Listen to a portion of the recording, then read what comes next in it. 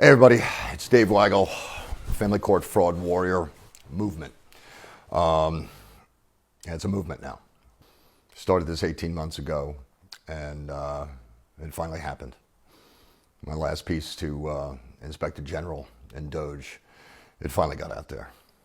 But first, before I get into anything, I just want to say to my friends, my new family, I didn't get arrested over Christmas, thank God. You know, brought the kids back and said, "What do you guys want to do? You want to go? You want to get out of here? Go over Ants and go to New Jersey?" And they were like, "What do you want, Dad?" You know, and I said, "I want to have our Christmas. I want to have our Christmas here. We're gonna be fine." And they were like, "Okay," and we stayed. And we had a great Christmas. Of course.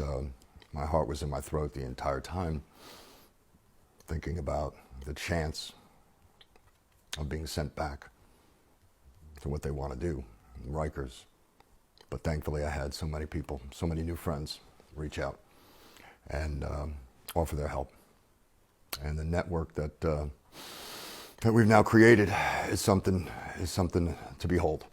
And we were able to thwart this latest and last-ditch silver bullet of using the criminal justice system to continue to purport their crime. But I don't want to take time away from the important message from today, okay? I want to get back and just repeat again and say, this is David Weigel, Family Court Fraud Warrior Movement, Family Court Fraud Warrior Project, which we're now taking nationally. I had about maybe 70 people reach out, groups, individuals, big guys, big people in this fight, in there longer than me, longer than 13 years, all trying to attack this from their own David versus Goliath type situation. It's exactly what I thought. You know, there's no way this is not a business model that was just copied every single place that we look. And that's what I saw. That's what I saw. People on the inside, lawyers, GALs, of course victims, but people on the inside reaching out and saying, "I was waiting for a guy like you to show up. You know, I can't be that one, but I'm ready to fall in line. We're behind you, Dave. We're behind you. We want to see justice. We want to see this scum pay for what they're doing." So I was able to thwart this arrest. And if anybody needs to, or is under this kind of attack right now, please feel free to reach out. Now that we've got a lot more eyeballs, a lot more people from a lot more states, even globally, you know, tuning in on this. I figure the epicenter of selfishness in this system can only be overcome by the exact opposite, at the same magnitude and the same level of selflessness. I saw what I thought I was going to see, and that is all these disparate groups, all these individuals trying to fight this entire system by themselves. All right, some people are further along. Okay, they've got a 501c3. They've even changed some laws down in Texas. Thank you, Rob Garza. But what I've seen, keeping it on their playing field, and they've broken 500 laws in a row in broad daylight. What's 502? No, I don't think that's going to be what breaks it open. It'll be part of it, but I don't think that's what's going to do the heavy lifting.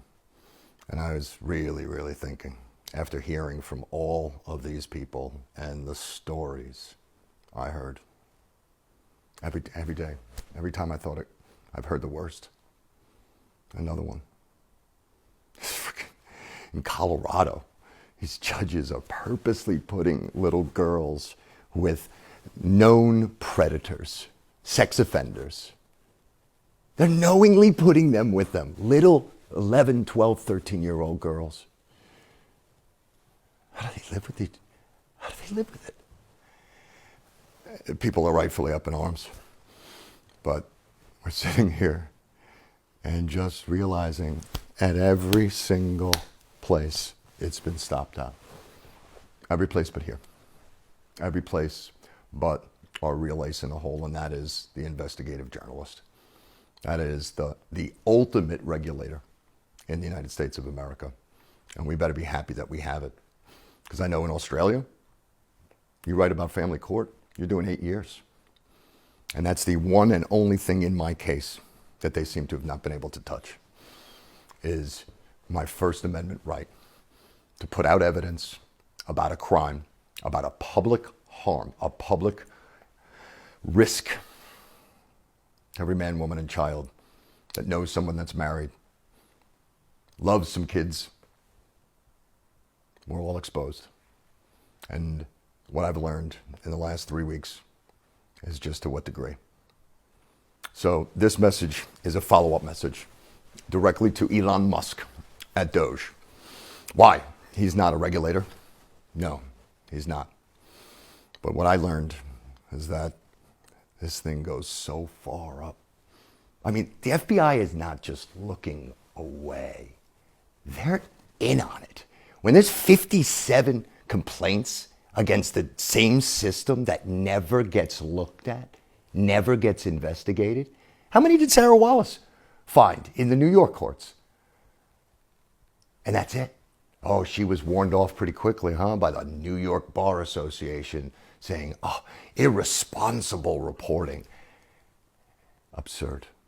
Absolutely absurd. Doing everything in my power not to throw up every single day as I hear these stories. So why, Mr. Musk, and why Doge? Yes, I want to follow up on my 4-part plan of getting rid of Title IX. I'm putting $3.6 billion back in the pocket of the American people, and a lot more than that after you look at the multipliers.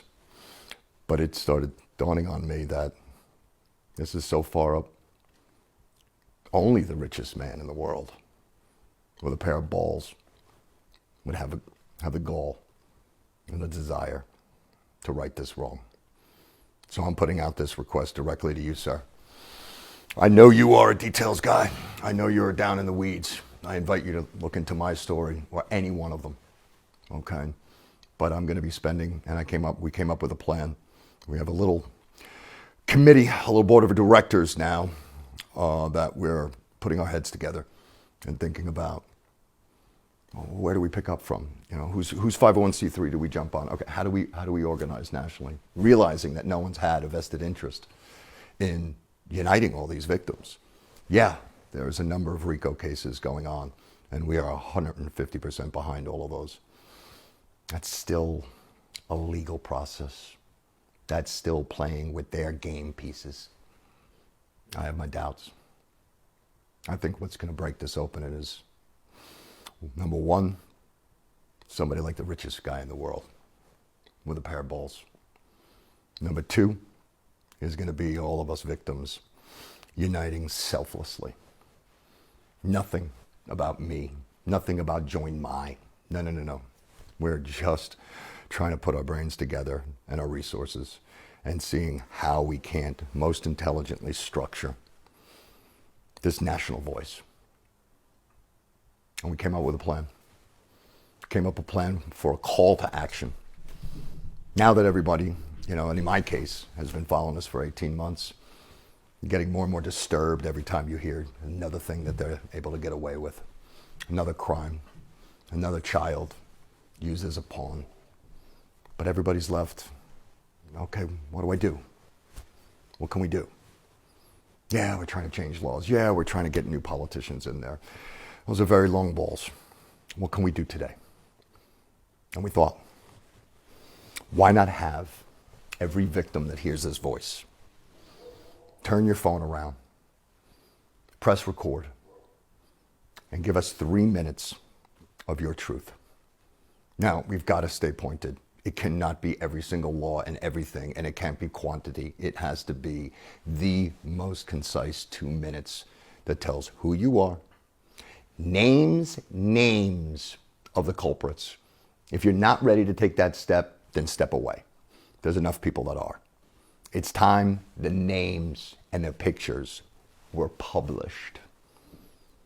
If we can get every victim who hears this voice to turn around, put together 3 minutes, letting us know who you are, what court did this to you, What happened to your kids? What specific crimes? If you've got evidence, absolutely. And register your voice. But very important, we want everybody to end this 3 minutes with what your name is and that you demand an investigation. No more 57, 150 complaints that don't get looked into. We've already identified. It's Michael Horowitz, the Inspector General, at the top of the chain. And if we have to put together this video that is connecting 50 victims, 100, 300, 1,000, where's it going to end? We'll get to 5,000. And if we need to play that on a loop over and over and over and over, set up goddamn movie theater screen outside Michael Horowitz's office and just have these victims playing on a loop every 3 minutes, you're going to hear another child will never be the same. Another dad destroyed, mentally tormented from the removal of his kids, not knowing what they eat, where they live. Another mom with a choice. Do I hand my 13-year-old daughter back to this sexually abusive man who I know he's going to do what he did to my previous daughter? With the judge and the lawyers pushing it, because that's the business model. The business model is always do the wrong thing. There's a lot of money in fixing the wrong thing. There's no money in doing the right thing. And when there's no one looking over your shoulder, well, then it's a power flaunting situation now, isn't it? Huh? Look at what I can get away with. Oh, you're going to stick your nose out? You're going to stand up and be a do-gooder and say the truth? Yeah, I'm putting myself out there for arrest. But know this, a lot of people who can't do that are following in behind me. And it's bringing out the right people. And your days are numbered.